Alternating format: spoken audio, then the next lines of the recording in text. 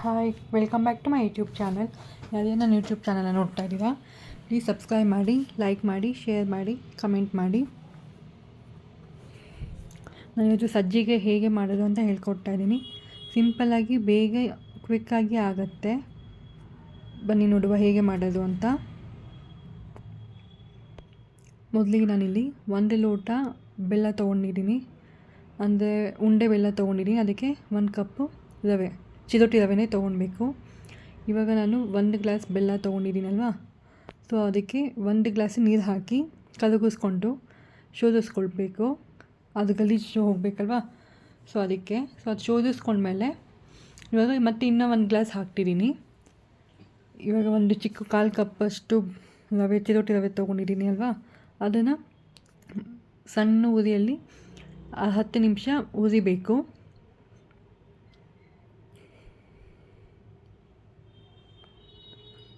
ಸಜ್ಜಿಗೆ ಮಾಡಬೇಕಾದ್ರೆ ಸ್ವಲ್ಪ ಅಳತೆ ಕರೆಕ್ಟಾಗಿರಬೇಕು. ಸಜ್ಜಿಗೆ ಅಥವಾ ಕೇಸರಿ ಭಾತೆಲ್ಲ ಚಿರೋಟಿ ರವೆಯಲ್ಲಿ ಮಾಡಿದ್ರೆ ಚೆನ್ನಾಗಿರುತ್ತೆ, ಬೇರೆ ರವೆಯಲ್ಲಿ ಅಷ್ಟು ಟೇಸ್ಟಿ ಇರೋದಿಲ್ಲ.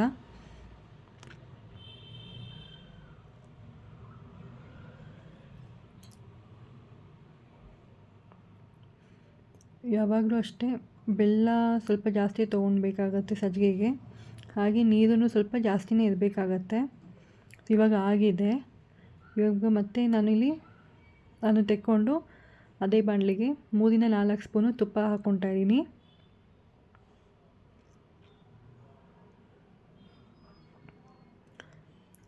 ಅದು ಕಾಯ್ದಿದ ಮೇಲೆ ಗೋಡಂಬಿ ಮತ್ತು ದ್ರಾಕ್ಷಿ ಹಾಕ್ಕೊಂಡು ಹುರ್ಕೊಳ್ತಾ ಇದ್ದೀನಿ.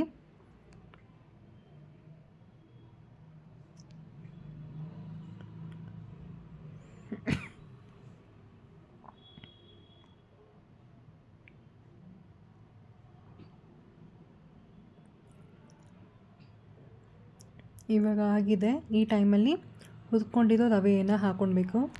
ನಾನು ಮೊದಲಿಗೆ ಡ್ರೈ ರೋಸ್ಟ್ ಮಾಡಿದ್ದೀನಿ, ಇವಾಗ ತುಪ್ಪದಲ್ಲಿ ಹುರ್ಕೊಳ್ತಾ ಇದ್ದೀನಿ.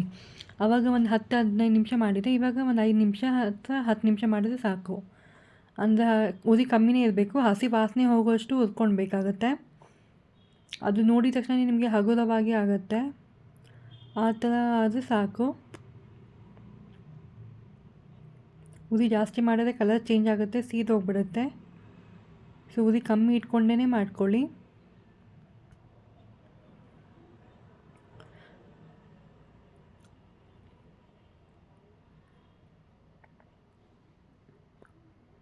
ಇವಾಗ ಒಣ ಕೊಬ್ಬರಿ ಹಾಕ್ಕೊಳ್ತಾ ಇದ್ದೀನಿ.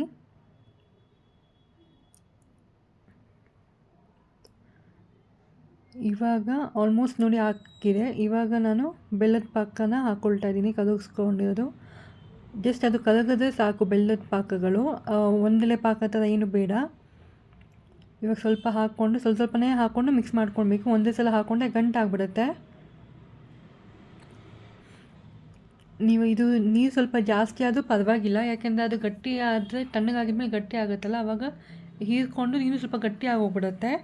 ನೀರು ಸ್ವಲ್ಪ ಜಾಸ್ತಿ ಇದ್ರೂ ಓಕೆ. ನಾನು ಈ ಟೈಮಲ್ಲಿ ಏಲಕ್ಕಿ ಪೌಡರು ಹಾಕಿದೆ. ಇವಾಗ ಮಿಕ್ಸ್ ಮಾಡ್ಕೊಳ್ತಾನೆ ಇರಬೇಕು, ಕೈ ಬಿಡದೆ. ಬೇಕಾದರೂ 1 ಸ್ಪೂನ್ ತುಪ್ಪ ಹಾಕ್ಕೊಳ್ಬೋದು. ಸೊ ನಂಗೆ ಇಷ್ಟೇ ಸಾಕು. ಸೊ ಇವಾಗ ಆಗಿದೆ ಅಲ್ವಾ, ಒಂದು 5 ನಿಮಿಷ ಮುಚ್ಚಿಡಬೇಕು. 5 ನಿಮಿಷ ಬೆಂದಾಗಿದ್ಮೇಲೆ ನೋಡಿ, ಆವಾಗಲೇ ನೀರು ತೆಳು ಇತ್ತಲ್ಲ, ಇವಾಗ ಗಟ್ಟಿಯಾಗಿದೆ. ಸೊ ನೀಟಾಗಿ ಬೆಂದಿದೆ. ಸೊ ರುಚಿಕರವಾದ ಸಜ್ಜಿಗೆ ರೆಡಿ. ಇದು ಆರೋಗ್ಯಕ್ಕೂ ಒಳ್ಳೆಯದು, ಯಾಕಂದರೆ ಬೆಲ್ಲ ಯೂಸ್ ಮಾಡಿದ್ದೀವಿ. ಸೊ ಡಯಾಬಿಟಿಕ್ ಇರ್ಬೋದು ಅಥವಾ ಎಲ್ಲರಿಗೂ ಇಷ್ಟ ಆಗುತ್ತೆ. ಸಕ್ಕರೆ ಬದಲು ಬೆಲ್ಲ ಒಳ್ಳೆಯದಲ್ವಾ. ಸೊ ನೀವು ಮಾಡಿ ಹೇಗಿತ್ತು ಅಂತ ಕಮೆಂಟ್ ಮಾಡಿ ಹೇಳಿ. ಹಾಗೆ ತುಂಬ ಸುಲಭ ಅಲ್ವಾ. Thank you.